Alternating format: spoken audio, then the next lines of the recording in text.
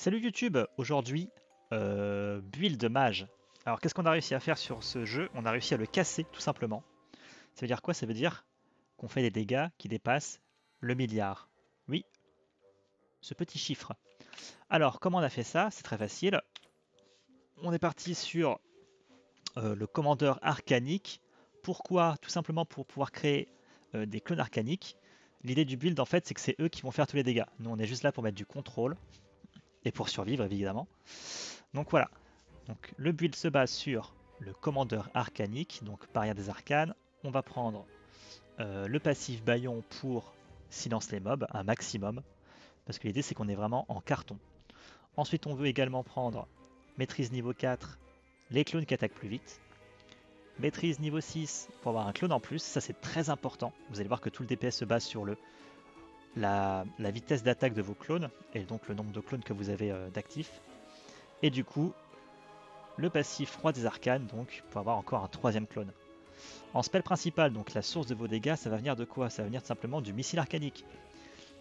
Missile arcanique, qu'est-ce qu'on a pris? On a pris amélioration missile incomplet, pour qu'il puisse le spam plus vite.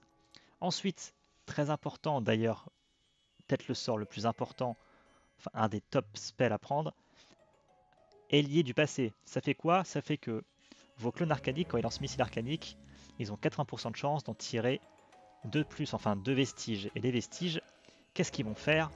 Ils vont simplement faire ça. Les vestiges de missiles arcaniques ont 25% de chance d'appliquer le temps arrêté. Et ça tombe bien parce que ça, on veut que ça combatte avec quoi? Avec le dernier passif qui fait quoi? Il fait lorsque missile arcanique touche un ennemi affecté par temps arrêté, il inflige ses dégâts retardés à tous les ennemis dans un rayon de 2,5 mètres. Ce qui fait que là, on a une succession de combos qui vont juste très bien ensemble. Voilà. Et bien sûr, du coup, je vous ai pas dit, mais le passif niveau 3, c'est quoi? Délégation arcaniste, qui fait que ce n'est pas vous qui lancez le sort, mais c'est les clones arcaniques. L'avantage des clones, c'est qu'ils ont pas de points de vie, ils n'ont pas de durée de vie, du coup, vous les mettez et vous les regardez faire, tout simplement. D'accord? En deuxième spell, qu'est-ce qu'on a pris? On a pris la brèche arcanique. Pourquoi? Alors, l'avantage de ce sort, déjà, c'est qu'il va vous donner beaucoup de mana en régène. Donc ça, vous n'aurez aucun problème de mana pour jouer ce build. Également, quand vous l'activez, tous les clones qui sont dedans vont taper 50% plus vite. C'est toujours bon à prendre. Et surtout, le plus fort, l'amélioration rang 5. Brèche arcanique attire continuellement les ennemis en son centre, ce qui va faire un énorme contrôle de zone. Voilà, tout simplement. C'est pas très compliqué à jouer, vous allez voir, ça se fait très bien. Euh, Au niveau de l'héritage ancestral, pour le moment, on est parti sur euh, l'héritage du Forge Reaper. C'est pas obligatoire. Là, on cherche, on n'a pas encore trouvé de choses vraiment game breaker parce que le build de base est déjà tellement fort que ça, c'est que du bonus. Du coup, on est parti chercher des petits dégâts en plus et surtout de la découverte magique pour farmer un peu plus. Voilà. Ok. Au niveau des stats, qu'est-ce qu'on a actuellement? On est parti sur un build full critique. Du coup, on est sur actuellement. Alors, j'ai eu un petit bug juste avant de commencer la vidéo. Ma cape a été est montée trop haut en niveau, du coup, je peux plus l'équiper parce que je l'ai amélioré trop haut. Donc, faites attention quand vous améliorez votre stuff. Je vous conseille de le garder niveau 3, 4 maximum. Pour les capes, du coup, pas niveau 4 parce qu'à partir du niveau 4, ça va bloquer. Vous serez trop bas niveau pour l'équiper.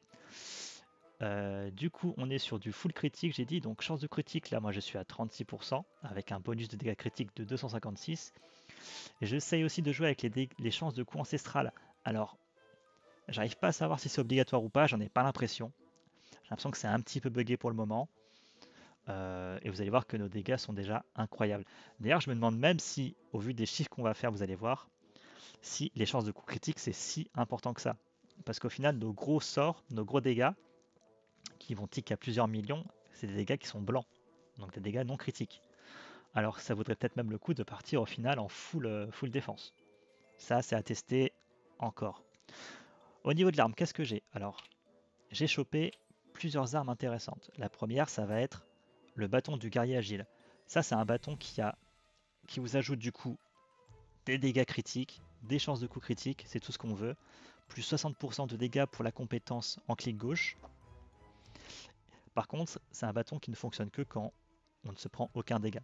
dès que vous prenez un dégât, vous avez vu, les effets d'agilité sont désactivés pour les 6 prochaines secondes. Donc voilà, là il faut tout esquiver. On vient de looter à l'instant ce bâton qui a l'air incroyable, qui s'appelle Ayondi, le bâton du soleil levant. Qu'est-ce qu'il va faire ce bâton? Il va vous donner un shield. Et je pense que niveau survie, c'est ce qu'on cherche. Voilà. Du coup, on va vous montrer ça maintenant tout de suite en action. Qu'est-ce que ça donne? Pour le moment, on farm en difficulté 6, en colère 6. Ça va très bien, ça va très vite. Quand j'aurai monté le bâton, on va peut-être essayer de farmer en plus haut, parce que de toute façon, les dégâts ils sont largement suffisants pour faire toutes les difficultés. Là, ce qui prêche encore, c'est la survie. Alors, comment ça fonctionne? C'est très facile. Vous cherchez vos mobs, et là, vous avez juste à activer vos spells. Voilà. En fait, ça parle d'eux-mêmes. Vous voyez les chiffres, 13 millions, 78 millions, 80 millions. C'est ridicule. Tout se fait one-shot, c'est facile. Très, très, très facile. Alors, j'ai encore pas mal de tests du coup à faire. Je pense que le prochain test, ça va être de virer le coup critique. Carrément. Pour essayer de passer sur de la def.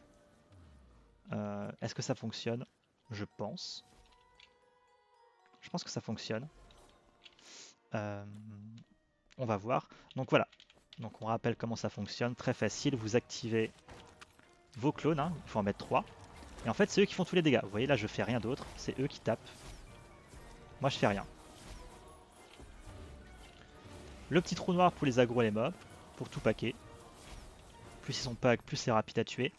C'est un peu l'effet, pour ceux qui ont joué pas mal à Diablo 3, c'est un peu l'effet du palm beam.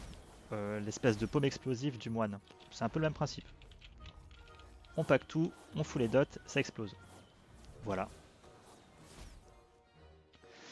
Que dire de plus? Eh ben écoutez, je pense qu'on a réussi à finir le jeu au final, parce que qu'est-ce qui se passe là? Bah, il se passe que le jeu est devenu facile. Voilà. On va encore faire quelques tests, on va voir si c'est utile le coup critique ou pas. En fait, je pourrais même tester tout simplement en enlevant tout mon stuff. Qu'est-ce qui se passe si j'enlève tout mon stuff? C'est une bonne question ça. On fait le test en direct pour la vidéo, c'est incroyable. Là j'ai combien? J'ai quand même 30% de chance de coup critique. C'est quand même beaucoup. Mais bon, je suis tout nu. Hein. Ouais, bah ça change rien en fait, hein, le coup critique. Hein.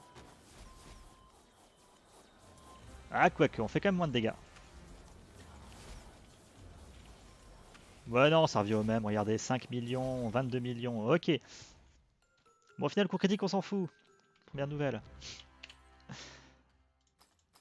Du coup, le but du jeu, va être le plus tanky possible. Ça marche?